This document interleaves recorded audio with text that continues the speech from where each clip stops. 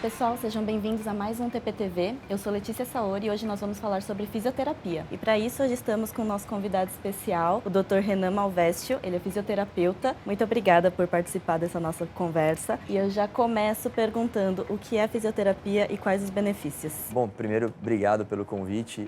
Fisioterapia é uma ciência da saúde. Basicamente, ela trata tratamento e prevenção de disfunções, né? Então, tudo aquilo que afeta a funcionalidade do indivíduo. Hoje, a fisioterapia ela é tão ampla que ela está presente em múltiplas áreas da saúde, né? A mais famosa é certamente a musculoesquelética, né? A ortopédica, que trata de disfunções, lesões do aparelho locomotor, né? Trata e previne lesões e dores do nosso aparelho mecânico, né? Nas articulações, ossos, músculos e tal. Então, cuida tanto de reabilitação, ou seja, quando você perde alguma função por algum acidente, alguma lesão e você precisa recuperar aquela lesão e retomar as funções, que é bem o conceito de reabilitação, até quando você tem lesões decorrentes de sobrecarga, vícios posturais, mecanismos que têm mais relação com a sua postura, a sua forma de executar os movimentos, né? Então, a fisioterapia aborda isso na musculoesquelética, mas hoje ela está presente até em áreas, em hospitais, com fisioterapia cardíaca, com fisioterapia pulmonar,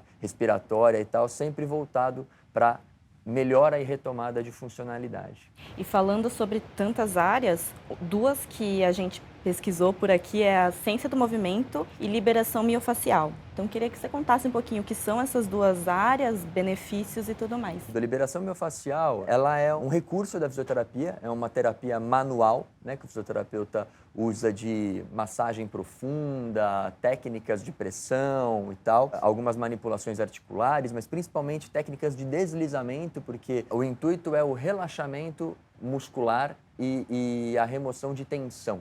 Então, você alivia tensões musculares, você melhora a circulação na região, então promove uma cascata de reações que ajudam nesse alívio de dor e tensão muscular. Onde entra a questão da ciência do movimento, né? Só fazendo gancho aí com a liberação miofacial. Muitas vezes essas tensões, essas dores, elas acontecem não por um evento ocasional. Às vezes sim, às vezes é uma posição, um mau jeito que você ficou, alguma postura viciada que você ficou naquele momento, um dia ruim que você ficou, por exemplo, desempenhando alguma tarefa fora de posição e você fica com uma tensão muscular e a liberação miofacial auxilia nisso. Mas muitas vezes essas tensões elas têm um mecanismo de origem que vai além de um mero acaso. Ela pode ser realmente uma condição postural sua, uma forma sua de se manter numa determinada postura, de realizar determinados movimentos, seja no dia a dia, seja no esporte, e aquilo sempre acarreta em pontos de tensão, em pontos de sobrecarga muscular e dor. É aí que entra a ciência do movimento. É aí que entra você analisar postura e ou movimento, ou seja, aquilo que está acarretando o problema, para você poder identificar o que está provocando aquele descompasso, aquele desequilíbrio, né, de organização muscular, gerando essas sobrecargas para que você consiga atuar e corrigir, porque ao contrário do que muita gente tem na cabeça, o movimento e a postura são muito plásticos.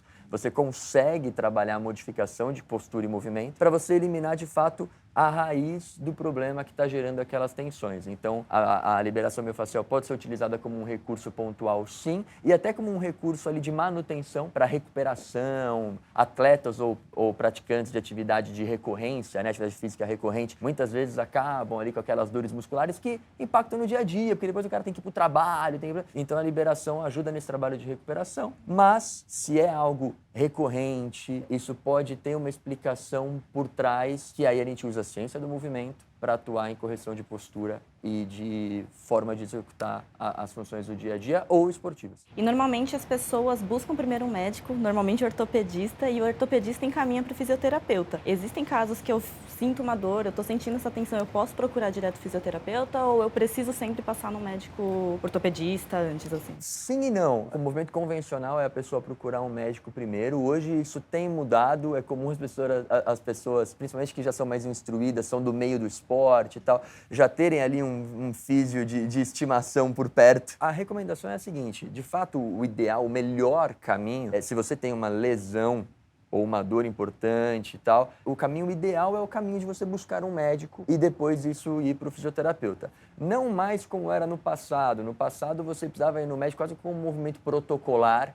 para que o médico ele prescrevesse o que seria feito na fisioterapia. Hoje isso mudou muito, né? O fisioterapeuta ele é ali o dono e divide responsabilidade em planejamento de tratamento com o médico. O médico tem uma função muito diagnóstica, é diagnóstico estrutural, então o que está machucado, exatamente que estrutura está machucada, quanto está machucada, coisas que te dão uma ideia melhor de prognóstico, de evolução daquela lesão, expectativa de evolução daquela lesão. E ele divide ideias de tratamento com o fisioterapeuta, que também vai ter um papel determinante na elaboração desse plano terapêutico. Então, hoje não mais precisa-se do médico para dizer o que vai ser feito, mas é uma recomendação para um melhor tratamento padrão A, que é você ter um diagnóstico preciso e partir para o tratamento fisioterapêutico. Agora, muitas vezes as pessoas têm essa resistência porque, poxa, cria um step a mais, ou gera um custo a mais de ir no médico, ou às vezes ele passou por uma má experiência de, poxa, ir no médico e não sair ali com a informação que ele julgava que precisava, ou às vezes ele julga que a dor dele não precisa, é uma dorzinha que apareceu ali, ele queria ver com o físio, ou às vezes é preventivo, então ele não vai num médico primeiro porque ele quer uma ideia de prevenção, de um cuidado ao longo do tempo, ele vai direto no fisioterapeuta. Isso pode acontecer. E aí, se o fisioterapeuta, de fato, for um fisioterapeuta ali responsável, ele identificar a demanda de dividir aquele caso com o médico, o próprio físio vai orientar o paciente a dividir esse caso com outro profissional. Você falou de lesões, aqui na Total Pass nós somos um benefício de academias e nós temos diversas modalidades esportivas. Queria que você comentasse um pouquinho sobre as principais lesões que uma musculação, por exemplo, pode causar e como a gente pode prevenir. Nas atividades de musculação, né, as lesões mais comuns são as lesões musculares e tendíneas, né, os tendões que conduzem a tensão do músculo para as articulações, e eventualmente também as articulares. Os principais mecanismos de prevenção, eles vão girar entre, primeiro, uma boa orientação para o treinamento, né? Seja ela vindo de um profissional externo, seja ela vindo ali diretamente do treinador. Então, primeiro no que diz respeito ao preparo para o treinamento, então é muito importante a questão do preparo articular, do aquecimento muscular, principalmente quando a gente vai lidar com cargas, né? Na musculação a gente lida com cargas muito mais próximas do nosso limite de capacidade do que da nossa demanda de dia a dia, né? Então você precisa fazer ali uma preparação para receber aquela carga. Então um bom aquecimento, mobilização articular, uma ativação muscular. Então essa orientação para esse preparo para o treino já ajuda muito a prevenir as lesões mais bestas que podem acontecer. Além disso, uma boa periodização. Então o treino orientado ele é fundamental. Algumas lesões podem acontecer pela simples irresponsabilidade ali num treino. Então de você fazer um volume além do que devia, uma progressão de carga diferente do que, ou uma própria organização de treino e união de exercícios ali diferente do que se devia. É o movimento, a postura, né? Então, aí o segundo ponto seria esse, que é a periodização, e o terceiro, que eu deixei por último, porque é o mais importante, é a execução, a forma de executar os movimentos. Principalmente hoje, que você tem os treinos de musculação cada vez mais indo para exercícios complexos. Mesmo os aparelhos ficaram mais articulados, né, permitem maior mobilidade, e os exercícios mais funcionais, saltos, com maior mobilidade. Então, a forma de executar os movimentos é, de longe, o que mais vai gerar dores e lesões, sejam agudas, sejam aquelas de sobrecarga que vão lesionando ao longo do tempo, e lá na frente você vai descobrir que você tem uma tendinopatia ou uma artrose em alguma articulação por conta disso. Inclusive os treinos em casa, né? Porque bastante gente deixou de ir para a academia por causa da pandemia e começou a treinar em casa assistindo vídeos, então é importante sempre contar com um profissional. Claro. Falando de estar em casa, a gente começou a trabalhar em casa, muitas empresas estão em home office, nós somos um benefício corporativo, então muitos dos nossos clientes, que são empresas, estão em casa, e o que acontece é que muitas vezes a pessoa não tem um espaço, uma cadeira adequada, uma mesa adequada para trabalhar, e acaba trabalhando do sofá, da cama, na mesa da cozinha. Então eu queria que você comentasse um pouquinho sobre como adaptar e quais danos isso pode causar para a pessoa, para a coluna, a postura e tudo mais. Primeiro, chamar atenção para a importância de se preparar o ambiente de trabalho, porque essas coisas elas não vão machucar o gerador no momento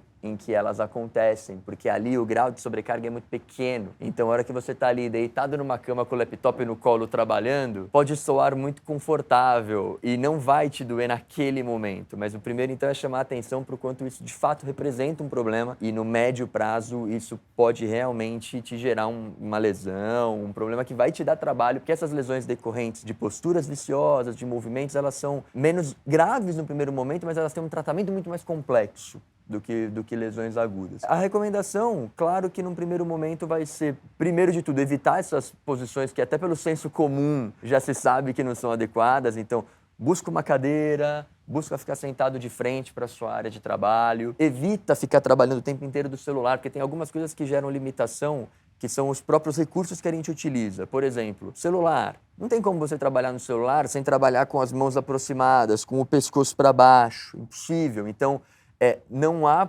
postura ideal que sustente você trabalhar um dia no celular. É óbvio que usar o celular é normal, mas vamos buscar um computador. Outra coisa, laptop, que a tela é junta do teclado, então a mesma coisa, né? Ou o teclado vai ficar alto para você olhar a tela, ou o teclado fica adequado, mas a tela fica baixa. Então, se você trabalha muito no computador e trabalha com laptop, o ideal é que você busque algum recurso para organizar a sua estação de trabalho, com um teclado solto, você eleva a tela para manter a tela do laptop na altura do seu olhar e ter um outro teclado na mesa, por exemplo, um mouse. Então, primeiro esse ajuste dos gadgets que você utiliza, né?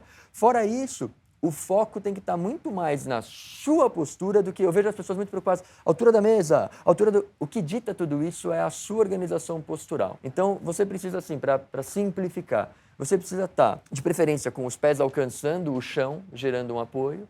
Você precisa estar, obviamente, numa altura adequada para que o joelho não fique elevado em relação ao quadril, você consiga manter ali próximo de 90 graus, consiga manter a postura do tronco ereta, claro que buscando um apoio.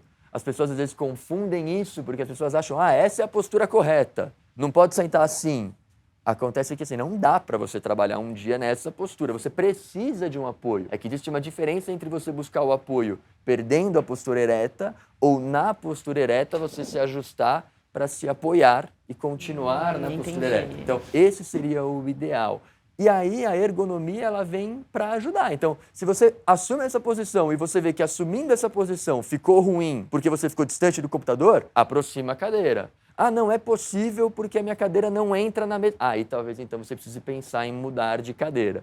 Então você precisa entender a postura que você precisa assumir e você ajusta o seu ambiente de trabalho antes de tentar entender se a cadeira é boa, se a cadeira não é boa, se a mesa é boa, se a mesa não é boa. Então, é por aí. E aí, claro, no caso de dúvida, ou principalmente no caso de começar a aparecer um problema, uma dorzinha aqui e ali, chama a orientação de um profissional, um fisioterapeuta no caso, vai te ajudar a organizar o seu ambiente de trabalho. E não ficar só sentado o dia inteiro, né? Fazer algumas pausas, dar uma caminhada, pegar uma água. É legal falar isso também, porque por mais que eu tenha dado a orientação da postura correta e ideal, é insustentável. Ninguém vai ficar assim ao longo de 12 horas, 8 horas, 6 horas. Então, o ideal é que a gente tenha um equilíbrio. Primeiro, evita a mesma postura por muito tempo. De fato, tenta levantar, pega uma água. Às vezes a pessoa organiza tanto para trabalhar no computador que ele traz tudo para perto de si, passa 12 horas sentado ali. Não, deixa para levantar, tomar uma água, vai responder alguma coisa no celular, levanta. Então, essa variação ela é importante, ela ajuda. E principalmente você saber que, mesmo no tempo que você está sentado, você não vai estar na postura ideal o tempo inteiro. O importante é você ter esse compromisso de, se pegou numa postura ruim, tenta voltar. Vai fazendo esse exercício de minimizar o tempo em que você fica numa postura ruim, numa postura viciosa. Anotando essas dicas super, assim. Voltando um pouco para a parte esportiva, a gente falou da ciência do movimento, que ajuda a corrigir movimento, postura e tudo mais. Eu ouvi falar até que ajuda na performance de corrida. Queria que você falasse um pouquinho sobre isso. O movimento, ele é determinante tanto para ocorrência de dores e lesões como para a performance esportiva, né? Então, o fator mecânico ele é preponderante. As principais lesões, como eu falei, tem dois jeitos de você se machucar. Ou por alguma lesão macrotraumática, ou seja, normalmente causada por eventos externos, então um acidente, famoso acidente. Uma entorse ou uma queda, alguma coisa que faz você vai lá e quebrar um osso.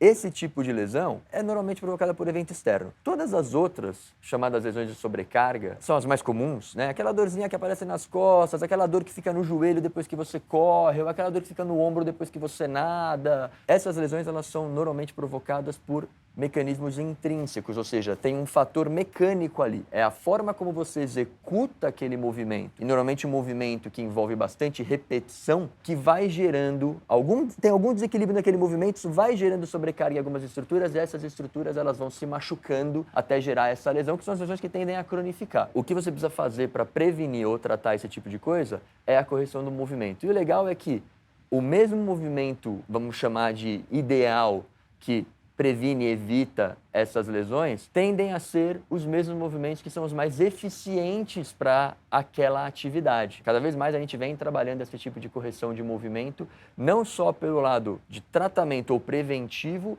como para o lado de eficiência. Tem atletas buscam a gente, desde profissionais até amadores, para melhorar a sua performance por meio de melhora de movimento. Performance, seja aquele que já performa bem e está buscando realmente por aquele algo a mais que pode dar a diferença, como até amadores que não têm a pretensão de performar em alto nível, ou que seja num nível elevado mesmo amador, mas que querem tornar aquele esporte, por exemplo, um corredor, como você citou, tornar aquele esporte menos pesado, menos cansativo, né? Hoje, por exemplo, uma das coisas que o amador esbarra quando ele começa uma atividade, tem dificuldade de sustentar, é porque muitas vezes aquilo lá é algo pesado para ele, penoso, que ele termina com dor, que ele tem dificuldade, que ele não evolui. E às vezes a correção de movimento é aquilo que facilita um pouco a vida dele. E falando um pouco de lesões, é comum que as pessoas procurem um médico, são encaminhados para o fisioterapeuta, começa a fazer a sessão, começa a melhorar e desiste. Ou aprende os movimentos e fala, vou fazer em casa.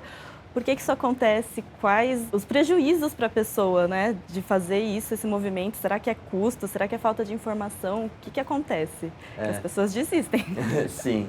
Eu acho que é um pouco das duas coisas. Tem essa questão do custo envolvido, né? A pessoa precisa ver resultado, mas eu acho que a questão do custo é assim, se a pessoa ela enxerga resultado ou ela compreende o processo, ela entende o custo. Ela começa a pesar na balança o custo e achar que ela consegue fazer em casa e desiste quando ela perde ali o entendimento de qual é o caminho que está sendo traçado. Então, o importante é que a pessoa tenha um fisioterapeuta ou busque um fisioterapeuta que, de fato, faça ele se sentir parte do tratamento. Ele compreenda o porquê que aquela dor está acontecendo, qual que é o caminho que a gente tem. Porque muitas vezes o tratamento esbarra também, depende da própria pessoa. Principalmente quando a gente fala de correção de postura e movimento, não dá para ser um tratamento simplesmente com a responsabilidade jogada na mão do fisioterapeuta, do tipo, olha, eu vou deitar aqui e eu espero que eu levante resolvido, né? Você esbarra em algumas questões do próprio paciente, da facilidade que ele tem para executar alguns exercícios. Agora, se ele entende o processo e entende a evolução, ele tende a aderir mais. Então, acho que esse é o primeiro e principal ponto. E o imediatismo, né? As pessoas têm essa tendência a buscar uma solução rápida. Eu sou fisioterapeuta, eu sei como é. Não existe a festinha de aniversário, a reunião familiar que você vai, que alguém não busca você e fala assim, tô com uma dor aqui, o que eu faço, hein? Porque a pessoa quer uma orientação, um exercício ou alguma coisa para ela tomar que vai resolver. Então, a primeira coisa é a pessoa entender que algumas lesões, algumas dores, elas de fato não são assim. Elas têm um processo de instalação e, portanto, elas têm também um processo de tratamento, principalmente quando passa por essas correções de postura e movimento. Então, eu acho que o principal ponto é o entendimento. Se o paciente entende o processo, ele tende a aderir mais. Renan, muito obrigada pela sua participação, por compartilhar tantos conhecimentos. Acho que foi muito rico o nosso papo. E por hoje é só. Muito obrigada. Não esqueçam de se inscrever no canal, ativar o sininho e até o próximo TPTV. Obrigado.